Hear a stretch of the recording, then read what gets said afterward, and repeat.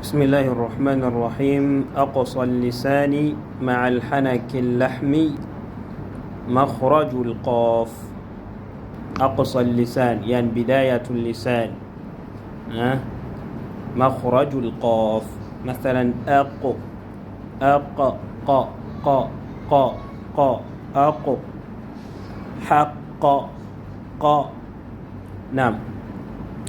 entandikwa y'olulimi nga entandikwa y'olulimi eyo ekwataganye n'akanyama k'oluba olwa waggulu. Eno olulimi gye lutandikira ddala entandikwa yaalwo.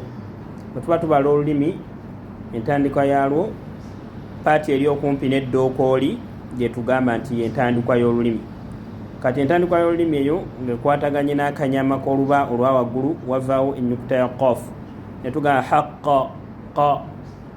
Kyovula nti bwe tuba tusoma qaf owulira ng'olulimi oluddako emabega, olusika emabega. Qa tetulireeta mu maaso, oludda mabega olw'ensonga nti lwalina okwekoona ku kanyama k'oluba olwa waggulu, ate akanyama k'oluba olwa waggulu ako kali eno ng'agenda mu ddookooli, so olulimi luddako emabega ntuga haqqa. Ate obutali ku kaafu nga bwe tujja olaba, ku kaafu lwate ludda mu maaso, abamu tetuwawula kaafu na qaf. So mu kaafu luddako mu maaso katini, naye ate mu qaf ludda mabega. Qa twayosoma qa qa, kyegendereza mu lulimi ojja kiraba. Qa haqqa aqo aqo qa qa qa qur'an qu alhaqqu aqu haqqu aqu baqu saqu qa qi qu qa qi qu. Eyo qaf evaawa?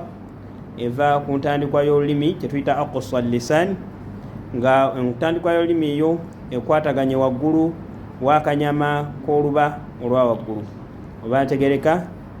Qaf weba efuluma egejja, kyo tukimanyi bulungi.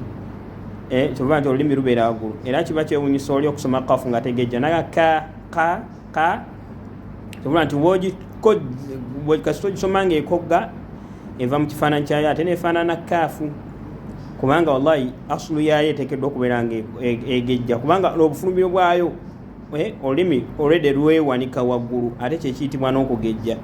Oba ntegereka? So asulu yaayo kubeera nga egejja, era bw'obanga togigezesezza efaanagana kaafu. Qo qo, so tugipracticinge. Barakallahu fikum.